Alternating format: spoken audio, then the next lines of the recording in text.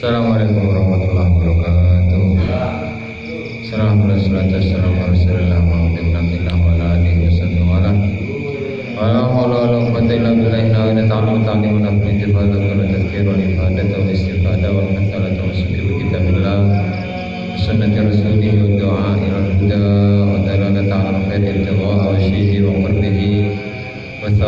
subhanahu wa ta'ala. Rabbi shrah li sadri wa yassir li amri wahlul 'uqdatam min lisani yafqahu qawli. Amma ba'du. Para hadirin yang dimuliakan Allah Subhanahu wa taala, alhamdulillah pada malam hari ini kita diberi kesehatan, kesempatan oleh Allah taala sehingga bisa bersama-sama mengaji, bisa bersama-sama belajar kitab Al-Minahus Saniyah Alal Wasiyatul Maktubiyah karya Al-Imam Abdul Wahhab Asy'arani rahimahullah ta'ala. Sebelum kita mulai, mari kita hadiahkan Al-Fatihah kepada mualliful kitab, semua guru kita, semua orang tua kita, semua ulama. Al-Hadin yang wala kulliyatin salihah wala manna bihi asrabun salihun ila hadratin Nabi Muhammad sallallahu alaihi wasallam. Al-Fatihah. A'udzubillahi minasyaitonir rajim. Bismillahirrahmanirrahim. Alhamdulillahirabbil alamin.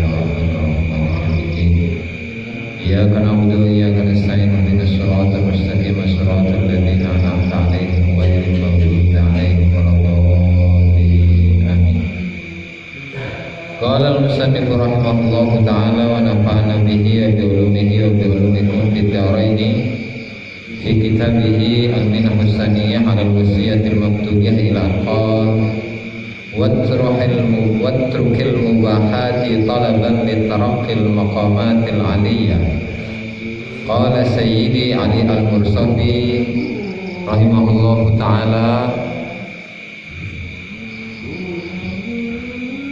la yasihhu li muridin qadamun fil iradati hatta yatruka fi'lal mubahati wa yaj'ala makana kulli mubahin tarkuhu ma'muran syar'iyyan min mandubin wa aula wa yajtanibul mubaha ka'annahu manhiyun anhu karahata tanzih. Wa qad ajma'u ala anna kulla man mahada li nafsihi irtikab ar-rukhas duna al-azaim la yajidu minhu syai'un fit tariq. Watrukil mubahati, watruk lan ninggalaken sabasira al mubahati ing pira-pira perkara kang mubah. Talaban krana nyukrih li tarakil maqamati maring munggahe pira-pira maqam al aliyati kang luhur. Qala ngendika sapa Sayyidi tuan ingsun Ali Al-Mursafi, Syekh Ali Al-Mursafi rahimahullahu ta'ala, la yasihu ora sah li muridin kedua murid apa qadamun apa sikil fil iradati ing dalam iradah hatta yatruka sehingga ninggalaken sapa murid fi'lal mubahati ing pegawean pira-pira kang mubah. Wa yaj'ala lan dadiaken sapa murid makana kulli mubahin ing panggonan saben-saben perkara kang mubah apa tarkuhu apa ninggalaken mubah makmuron ing kang den perintahaken syar'iyyan kang bangsa syariat min mandubin nyatane saking perkara kang sunnah au aula utawa aula kang luwih utama. Wa yajtanibu lan ngadoh-ngadohi sapa murid al-mubaha ing perkara kang mubah kaanahu kaya temen setuhune mubah iku manhiyun iku kang den larang anhu saking ma karahata tanzihin kelawan kemakruhan kang bangsa nyuciaken.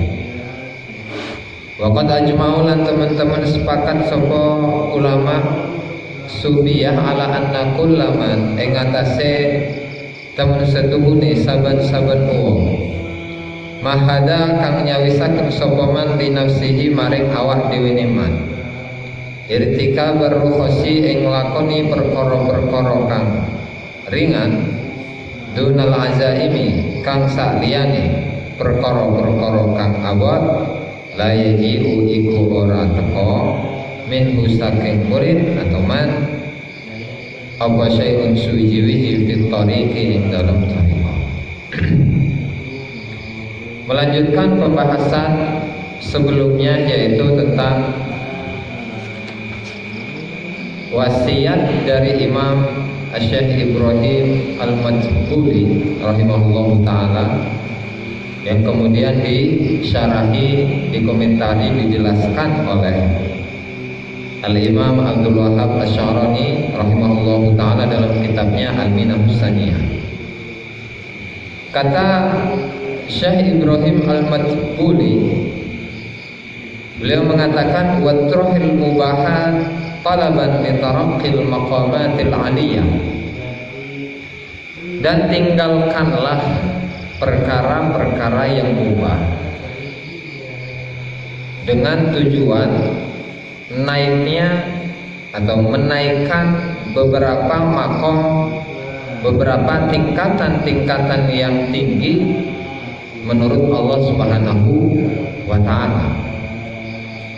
Berbicara tentang perkara yang mubah, berarti perkara yang mubah itu adalah salah satu dari hukum syariat.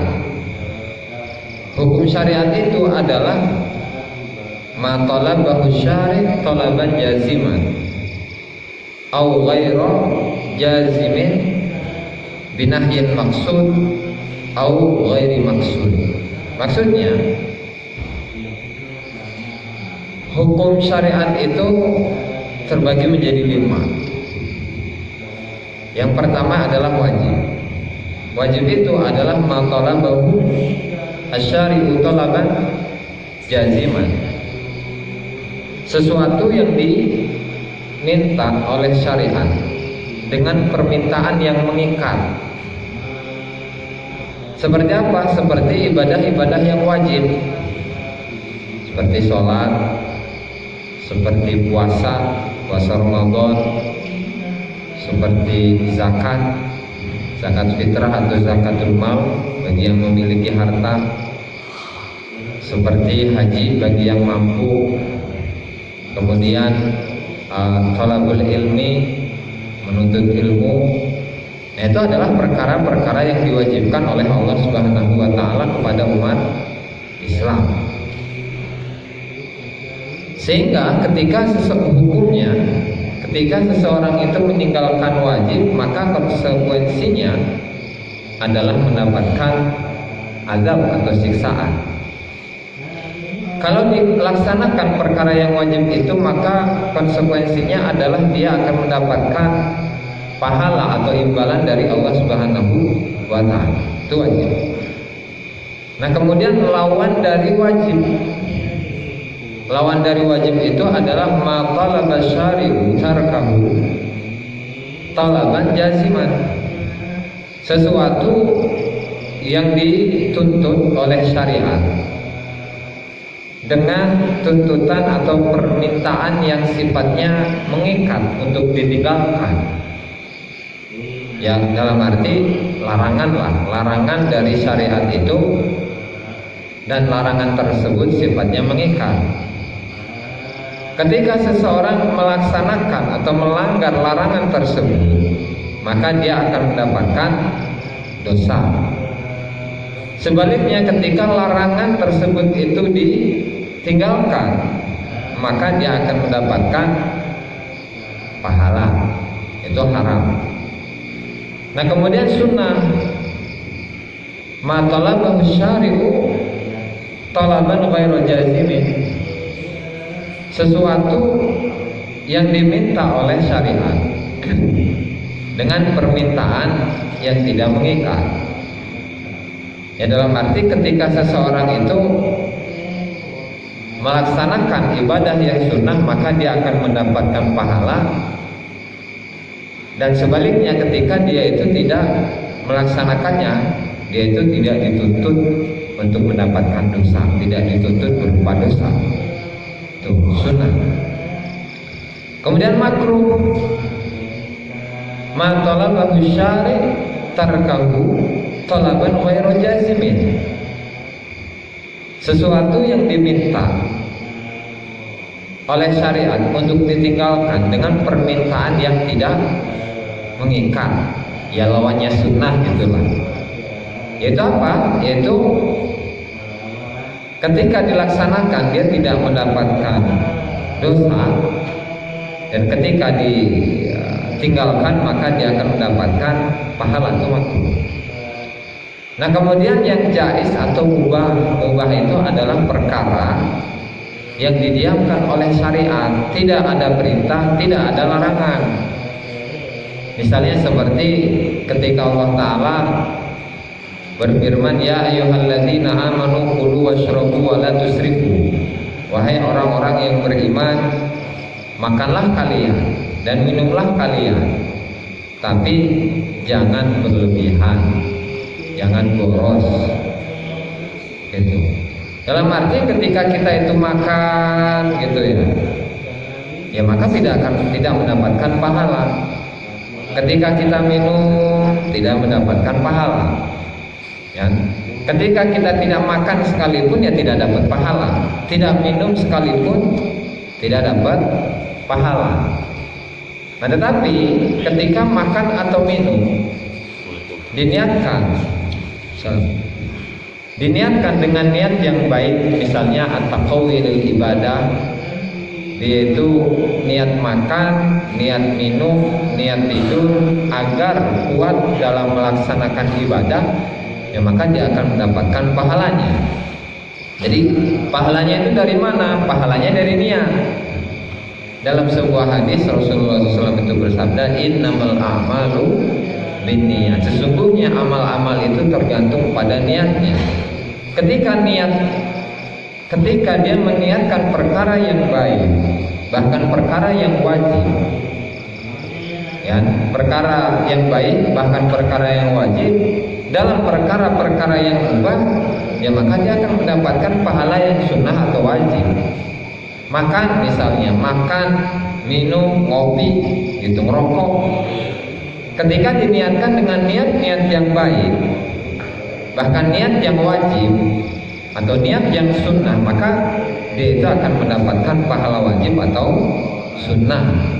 Nah, sehingga di sini dalam teks yang barusan kita baca, watrukil mubahat, dan tinggalkanlah perkara-perkara yang mubah, talaban litaraqqil maqamatil 'aliyah, karena untuk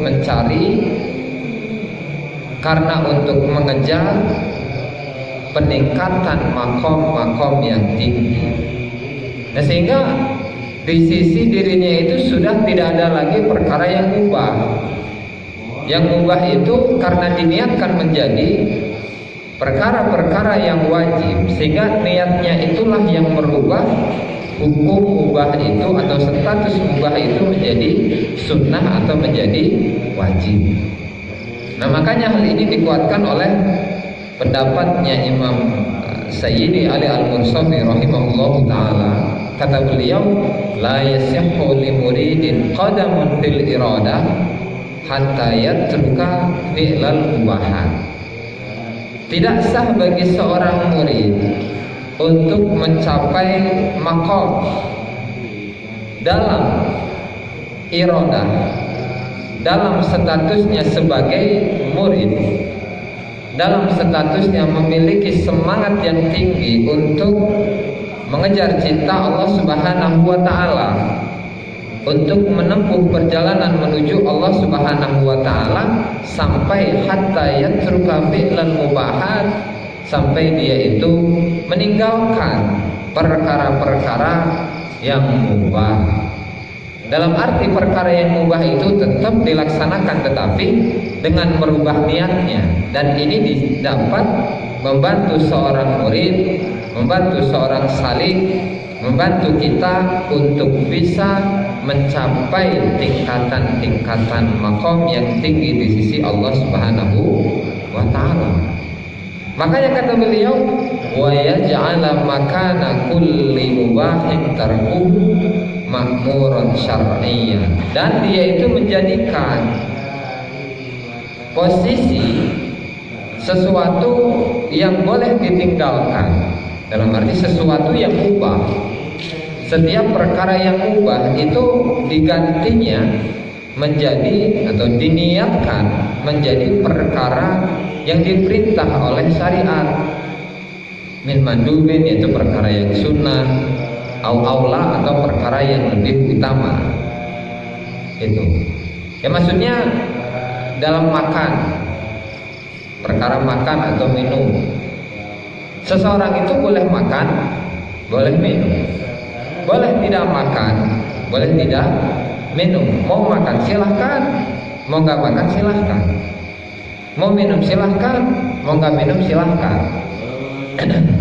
Tetapi kemudian ketika seseorang itu tidak makan dan tidak minum selama sekian hari, kemudian berefek negatif pada dirinya sehingga dia sakit-sakitan, penyakit emah segala macam, maka hukum makan itu berubah. Yang awalnya dari mubah menjadi wajib. Karena apa? Ya karena tadi faktor menghindari penyakit dalam dirinya. Karena kalau dia tidak makan, maka dia akan menderita penyakit emah atau perut atau yang lainnya. Gitu. Kemudian wajtanibul mubah, kemudian perkara yang mubah itu sekaligus ditinggalkan oleh dirinya, ka'annahu manhiyun anhu, seakan-akan perkara yang mubah itu dilarang oleh syariat. Maksudnya apa? Makannya terlalu banyak, minumnya terlalu banyak, ngobrol, perkara ngobrol itu juga mubah. Tetapi ketika obrolannya itu mengarah kepada perkara-perkara yang diharamkan oleh syariat, yang dilarang oleh syariat, maka obrolannya itu akan menjadi haram. Ketika obrolannya itu membahas tentang hal-hal yang diwajibkan oleh syariat atau disunnahkan oleh syariat, maka obrolannya itu juga bisa menjadi obrolan yang sunnah dan atau obrolan yang wajib. Itu ya. Maka waqad ajma'u ala anna kullaman mahada li nafsihi irtikabar rukhsi dunal azaim la yaji'u minhu syai'un fit thariq. Kemudian kata Syekh Abdul Wahhab Asy-Syarani, para ulama ahli tasawuf telah bersepakat bahwasanya seseorang yang telah menyiapkan dirinya untuk perkara-perkara yang untuk melaksanakan perkara-perkara yang masuk dalam kategori rukhsah atau keringanan dalam syariat. Tapi dunal azaim, perkara-perkara yang kategorinya itu adalah azimah atau hukum yang pasti di dalam syariat, maka la yaji'u minhu syai'un fit thariq, maka dalam thariqah itu tidak akan mendapatkan apa-apa. Ini lebih kepada kebiasaan yang dilakukan oleh ahli fikih. Biasanya ahli fikih itu mengetahui tentang hukum. Jadi misalnya dalam permasalahan tertentu dia mengetahui bahwa permasalahan tersebut terdapat beberapa pendapat. Ya misalnya dalam hal yang membatalkan wudu. Yang membatalkan wudu versi misalnya mazhab Syafi'i itu ketika dia memegang perempuan yang bukan mahramnya, istrinya gitu, atau perempuan yang lain, itu tidak membatalkan wudu. Itu membatalkan wudu menurut mazhab Syafi'i. Nah kemudian menurut mazhab lain, misalnya mazhab Imam Malik atau Imam Hanafi, memegang kulit atau bersentuhan kulit antara laki-laki dan perempuan yang bukan mahram itu tidak membatalkan wudu. Bisa membatalkan ketika ada syahwat. Kalau versi Abu Hanifah, ketika pokoknya dia itu nggak berdiri lah, kemaluannya itu. Nah sehingga dia ngambil pendapat yang paling mudah, udahlah yang gampang-gampang aja. Pokok monoel perempuan, mau nyium perempuan misalnya. Jadi tetap menurut dia nggak batal aja wudunya. Itu dalam satu permasalahan. Kemudian dalam permasalahan lain pun sama. Dalam urusan nikah misalnya, nikah itu harus ada wali, harus ada syahid, harus ada saksi. Nah ada beberapa pendapat di situ, ada ulama yang tidak mensyaratkan harus ada wali, harus ada syahid, harus ada saksi, harus ada wali. Nah dia kemudian mengambil pendapat yang paling mudah, udahlah karena dia itu sudah kadung cinta, kadung seneng gitu ya, kadung seneng sama seorang perempuan, kemudian posisinya juga lagi jadi mahasiswa gitu misalnya, atau lagi pesantren, ya udah kita ngambil pendapatnya Daud Al-Dhahiri saja. Itu apa? Nggak ada wali, nggak butuh wali, nggak butuh syahid, sehingga perempuan itulah yang menikahkan dirinya sendiri.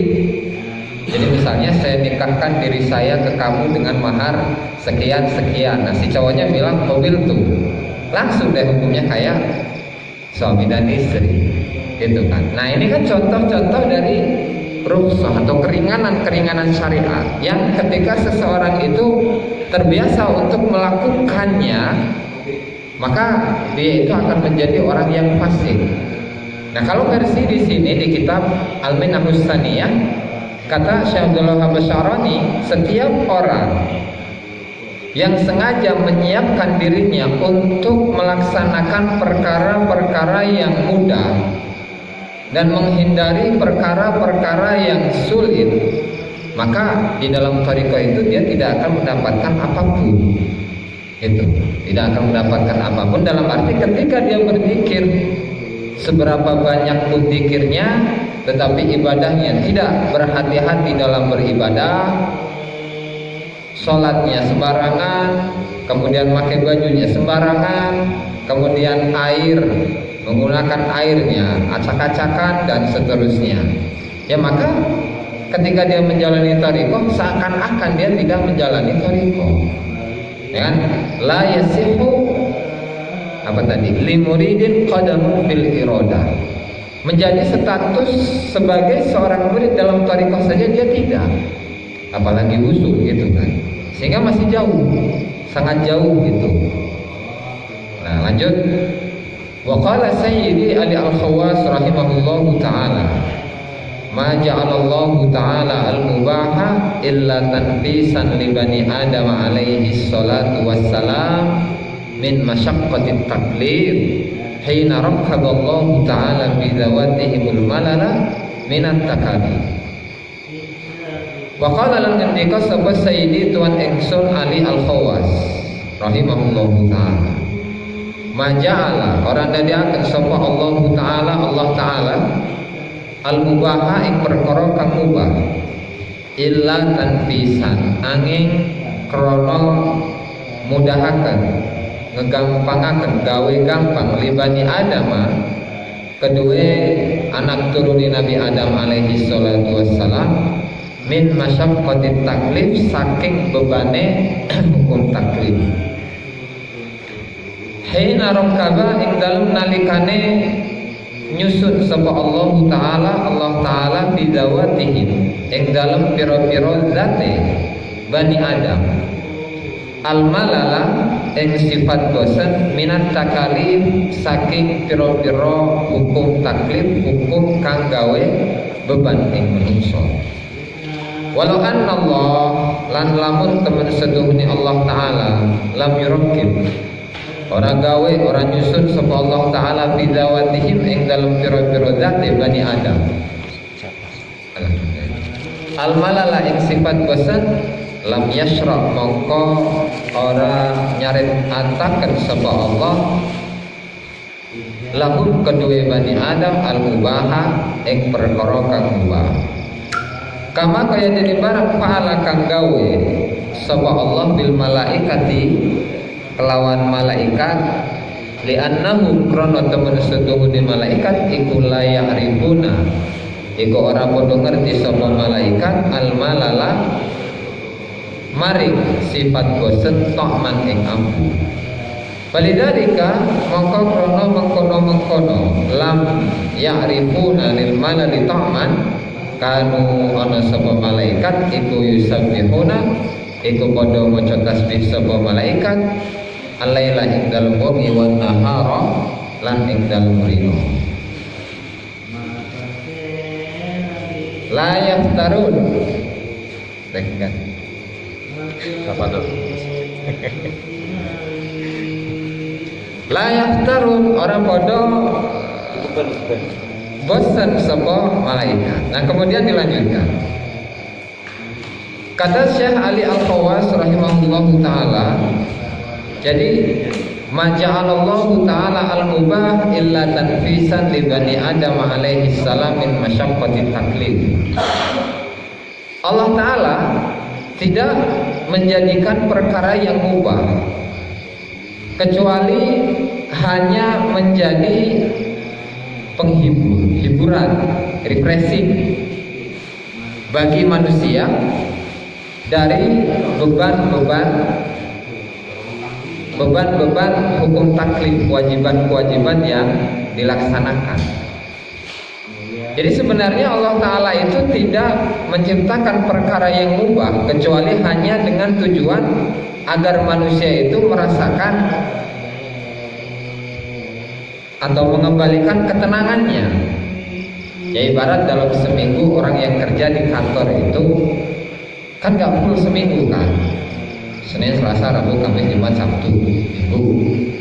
Nah di hari Sabtu dan Minggu atau di hari Minggu saja, nah itu diberi kesempatan untuk santai sejenak. Kenapa? Karena kalau tidak diberi refreshing atau hiburan, ya maka dia akan stres nanti ujung-ujungnya, sehingga dia itu akan pusing memikirkan pekerjaannya terus gitu. Sementara dirinya itu tidak ada refreshing, itu kan, tidak ada hiburan, pikirannya kalut, pikirannya kacau. Nah sehingga ujung-ujungnya akan merubah pemikirannya, akan merubah akalnya yang awalnya dia itu semangat dalam melaksanakan tugasnya, yang semangat dalam bekerja, dan kemudian nanti dia itu bisa menjadi malas. Nah untuk menghindari kemalasan itu, maka Allah Subhanahu wa Ta'ala memberikan kesempatan bagi manusia untuk mengerjakan perkara-perkara yang mubah. Nah hal ini beda dengan malaikat. Kalau malaikat itu ketika Allah Subhanahu wa Ta'ala menciptakan mereka itu sama sekali tidak memiliki rasa bosan. Sehingga ketika Allah Ta'ala memerintahkan mereka untuk bertasbih, mereka akan terus bertasbih. Ketika Allah Ta'ala memerintahkan mereka untuk bersujud, mereka akan terus bersujud, tidak akan berhenti. Ketika mereka diperintahkan untuk takbir, untuk sholat, untuk ruku dan seterusnya, mereka akan melakukan hal yang demikian dan tidak akan berhenti kecuali Allah Subhanahu wa Ta'ala menyuruhnya untuk berhenti. Ya karena memang melihat dari sisi zatiahnya, manusia itu tidak sama dalam sisi penciptaannya dengan malaikat, berbeda. Kalau malaikat diciptakan dari cahaya dan manusia itu diciptakan dari tanah. Ya memang kalau dilihat dari ruhnya, jadi ruh itu sama-sama diciptakan dari cahaya, tetapi karena manusia itu adalah gabungan antara ruh dengan jasad, dan jasad ini terbuat dari tanah, ya maka berbeda sifatnya dengan manusia. Nah sehingga manusia yang sudah mengalahkan syahwatnya, mengalahkan nafsunya, tingkah lakunya sama dengan malaikat, jiwanya itu sama dengan malaikat yang tidak punya syahwat, yang tidak punya nafsu, yang tidak punya ego, ya nanti dia itu akan menjadi lebih utama daripada malaikat. Nah makanya para rasul yang diutus oleh Allah Subhanahu wa taala yang jumlahnya 313 dan yang wajib diimani hanya 25. Para nabi yang jumlahnya 124.000, ya kan?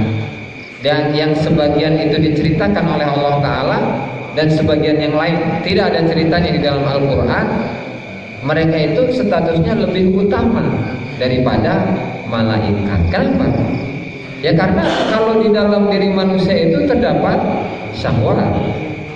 Ketika syahwatnya itu bisa ditundukkan, ketika syahwatnya itu bisa diikat, sehingga bukan dia yang menuruti syahwat, tapi syahwat yang menuruti dirinya, ya maka otomatis dia menjadi kekasih Allah Ta'ala.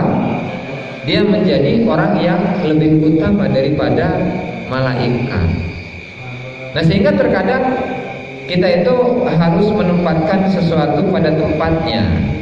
Ya maksudnya dalam ketika tugas kita, misalnya kalau bekerja di kantor terus, bukannya seminggu full, enggak, tetapi 6 hari kerja, 1 hari refreshing, itu kan, mau istirahat gitu. Kalau mau jalan-jalan. Nah, kenapa? Ya karena tadi dalam diri manusia itu terdapat sifat bosan. Ketika dia selalu diperintahkan untuk mengaji terus, misalnya nggak ada refreshingnya, nggak ada jalan-jalannya, ya nanti dia akan bosan ngaji. Ya akhirnya akan terbengkalai. Waktunya ngaji dia malah piknik, waktunya piknik dia pengen ngaji. Waktunya bekerja dia pengen libur, waktunya libur dia pengen kerja, kan ngaji jadinya. Nah makanya harus menempatkan sesuatu pada tempatnya, karena kita itu bukan malaikat. Kalau malaikat itu tidak ada bosannya dalam melaksanakan tugas. Kalau manusia itu ada bosannya dalam melaksanakan tugas atau perintahnya Allah Subhanahu wa ta'ala. Gitu ya. Qala walamma kana al-qaumu min sya'nihimul akhdhu bil azaim duna rukhas talaban litaraqi kama huwa ma'lumun min ahwalihim talabu minal muridin al-amala ala taqlilil mubahati juhdahu wa yaj'aluna makana dhalika ta'atan yuthabuna 'alaiha fa illam yajidu ta'atan nawaw bil mubah min aklin wa kalamin khairan qad taqawi alal ibadat bi akli tilka syahwah wa zawali al ubusiyyati bi mubasatati ikhwanihim bi ba'di kalamin wa nahwidan. Walamma kana al qaum lan takalani ana sapa al qaum min sya'nihim iku tetep saking tingkah lakune kaum al akhdhu utawi ngalap bil azaimi kelawan pira-pira perkara kang abot dunar rukhasi kang saliyane perkara kang ringan talaban litaraqi krana nyuprih litaraqi maring munggah kama kaya dene barang dua kang utawi ma iku maklumun iku den kawruhi min ahwalihim saking pira-pira tingkah lakune kaum talabu padha nyuprih padha nuntut sapa kaum minal muridin saking pira-pira murid al-amala ing amal ala taqlilil mubahati ing atase ngurangi perkara-perkara kang mubah juhdahu kelawan kekuatane muridin wa yaj'aluna lan padha nariaken sapa muridin maka nadzalika ing panggonane mengkono-mengkono taqlilil mubahat ta'atan ing ketaatan yusabuna kang ben paringi pahala sapa muridun alaiha ing atase taat. Fa illam yajidu mangko lamun ora nemu sapa muridun taatan ing ketaatan nawa mangko padha niat sapa muridun bil mubahi kelawan perkara kang mubah min aklin nyatane saking mangan wa kalamin lan mangan wa kalamin lan omongan khairun ing kebagusan. Kataqawi kaya dene ngalap kekuatan alal ibadati ngatasi piro-piro ibadah bi akli tilka syahwati kelawan mangan mengkono-mengkono syahwat wa zawadil ubusati lan ilangi mlengos bi mubasatati ikhwanihim kelawan guyon piro-piro koncone muridin bi ba'di kalamin kelawan sebagian kalam omongan wa nahwi dzalika lan sepadane mengkono-mengkono madhkur. Kemudian Syekh Ali Al-Khawas rahimahullahu ta'ala melanjutkan, dan ketika kaum yaitu kalangan ulama tasawuf termasuk dari kebiasaan mereka adalah al-akhdhu bil azaim, mengambil pada perkara yang berat, dunar rukhasa, selain keringanan-keringanan Allah yang tujuannya adalah talaban litaraqi, karena tujuannya adalah naiknya maqam, naiknya derajat mereka di sisi Allah Subhanahu wa taala.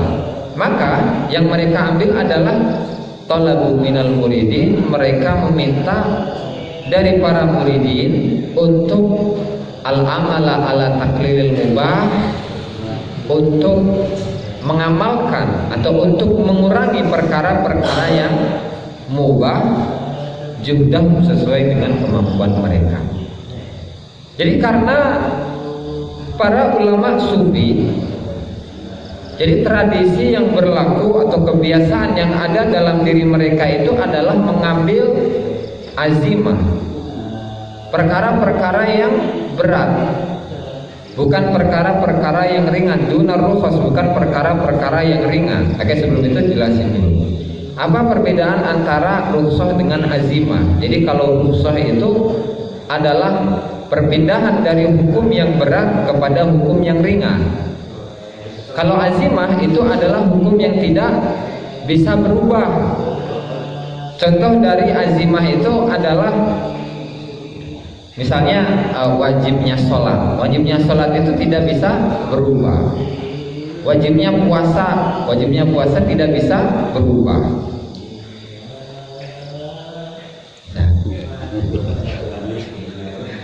Nah kemudian contoh dari rukhsah itu apa? Ya misalnya sholat, antara sholat zuhur dengan sholat asar itu bisa dijamak. Sholat zuhur, sholat asar bisa dijamak, kemudian bisa dikosor. Entah jamaknya itu jamak takdim, dalam arti sholat zuhur dan asar itu dilaksanakan pada waktu zuhur, atau jamak takhir, sholat zuhur dan asar itu dilaksanakan di waktu asar dengan niat tertentu. Atau yang kosor, kalau kosor itu meringkas sholat 4 rakaat menjadi 2 rakaat ya. Yang aslinya 4 rakaat sholat zuhur, sholat asar, sholat isya 4 rakaat bisa menjadi 2 rakaat. Ya karena sebabnya adalah tadi perjalanan. Seseorang yang melakukan perjalanan jauh maka dia diperbolehkan untuk melaksanakan mengambil rukhsah atau keringanan-keringanan dari Allah Ta'ala yang berupa boleh untuk melaksanakan sholat jamaah, sholat zuhur dan asar di jamaah, atau mengkosor sholat yang 4 rakaat. Sholat zuhur cuma 2 rakaat, sholat asar cuma 2 rakaat, dan sholat isya cuma 2 rakaat. Nah, contoh lain dari rukhsah ketika seseorang itu sedang dalam perjalanan jauh, dia diperbolehkan untuk membatalkan puasanya kalau di bulan Ramadan. Gitu. Itu adalah contoh dari rukhsah atau keringanan-keringanan yang ada di dalam syariat. Nah makanya tadi seperti yang dijelaskan di awal, terkadang ahli fikih itu masuknya di dalam kategori orang yang awam. Kenapa? Ya karena dia mempermainkan hukum, karena dia mempermainkan syariat, karena dia mengikuti hawa nafsunya. Nah sementara ulama ahli tasawuf itu tidak demikian. Bahkan mereka mengambil langkah, mengambil sikap al-akhdhu bil ahwati fiddin, yaitu mengambil langkah yang paling hati-hati dalam agama. Yang seperti yang dijelaskan oleh Syekh Abdul Wahab Asy'arani di dalam kitab Al-Anwarul Qudsiyah, beliau mengatakan min sya'nihi an ya'khudha bil ahwati fi dinihi wa yakhruju min khilafil ulama ila wifaqihim ma'amma. Jadi kalau ahli tasawuf itu tradisi mereka adalah dalam melaksanakan ibadah itu menggunakan atau mengambil langkah yang paling hati-hati. Sekiranya ibadah atau amalan yang diperbuat itu dianggap sah oleh semua ulama. Ya, contohnya ketika berwudu misalnya, berwudu ketika mengusap sebagian kepala. Kalau di mazhab Syafi'i itu hanya cukup dengan 3 helai rambut. Kalau Imam Abu Hanifah itu sepertiga kepala, sepertiga rambut di kepala. Kalau Imam Malik itu semuanya. Nah, kalau ahli tasawuf, ahli sufi, ketika mereka berwudu itu mengambil pendapatnya Imam Malik. Supaya apa? Supaya wudunya itu dianggap sah oleh semua mazhab. Jadi dalam wudu mengusap sebagian kepala bukan sebagian kepala yang diusap, tetapi semua bagian rambut di kepala semuanya diusap. Supaya apa? Menurut Imam Malik itu wajib, dan menurut imam yang lain itu hukumnya sah, sehingga ibadah yang dilaksanakan itu sah menurut semua mazhab. Gitu ya. Makanya mubadaratan ala wuqu'i ibadatihi sahihatan ala jami'il madzahib au aktsariha. Ya, karena targetnya adalah terjadinya ibadah atau ibadahnya agar dianggap sah oleh semua mazhab. Au aktsariha, atau mayoritas mazhab menganggap ibadahnya itu sah. Alasannya fa inna rukhsas syariati innama ju'ilat liddu'afa. Kalau keringanan-keringanan dalam hukum syariat itu hanya diberikan kepada orang-orang yang lemah. Jadi yang suka jamak, yang suka kosor, kemudian ketika melakukan perjalanan yaitu berbuka puasa, berarti itu menunjukkan bahwa dirinya lemah. Wa ashabil darurati wal ashghal, dan juga keringanan-keringanan syariat itu diperuntukkan bagi orang-orang yang berada dalam kondisi darurat seperti sakit misalnya, gitu. Wal ashghal, dan orang-orang yang sibuk.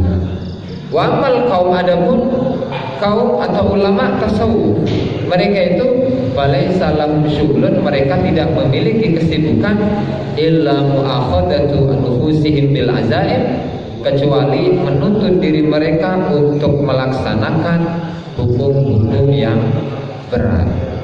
Nah, sehingga kembali pada materi bahwasanya perkara yang mubah itu ya merupakan solusi, merupakan hiburan bagi manusia yang Allah Ta'ala berikan kepada mereka agar aktivitas yang sebelumnya dilaksanakan itu bisa berjalan dengan baik, gitu.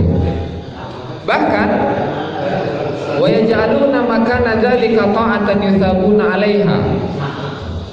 Ketika mereka melakukan perbuatan-perbuatan yang mubah, mereka niatkan perbuatan yang mubah itu menjadi niat yang baik, menjadi ibadah, menjadi perkara yang sunnah, atau bahkan menjadi perkara yang wajib. Fa'in lam yajidu ta'atan, ketika mereka tidak menemukan niat ketaatan dalam perkara yang mubah tadi itu, nawu bil mubahi min aklin wa kalamin khairan, maka mereka akan meniatkan ketika makan, mereka meniatkan baik, yang tujuannya adalah agar ketika melaksanakan ibadah bisa menjadi kuat. Atau kalamin, atau ketika dia ngobrol, ketika dia berbicara dengan sahabatnya, ya dia niatkan untuk mencari ilmu atau berbagi ilmu, ya. Sehingga ketika mereka melakukan perbuatan-perbuatan yang mubah, maka perbuatan-perbuatan yang mubah itu tidak mereka lakukan kecuali atas dasar niat-niat yang baik. Dan ini adalah khusus bagi kalangan para muridin yang sedang menuju perjalanan Allah Subhanahu wa Ta'ala, yaitu agar syahwatnya bisa diminimalisir, agar nafsunya bisa dikurangi, sehingga ketika syahwat dan nafsunya bisa dikurangi, bahkan bisa dikalahkan, mereka akan bisa menemukan Allah Subhanahu wa taala di dalam kehidupannya, gitu ya. Wa akhadul murida bin naumi min ghairi daruratin wa bil akli min ghairi ju'in wallahu taala alam bissawab. Demikianlah para hadirin yang dimuliakan Allah Subhanahu wa taala. Pengajian pada malam hari ini mudah-mudahan bermanfaat bagi kita semua dan semoga kita bisa mengamalkannya meskipun sedikit. Amin ya rabbal alamin. Kurang dan lebihnya saya mohon maaf. Wallahu muwaffiq ila aqwamit thoriq. Wassalamualaikum warahmatullahi wabarakatuh.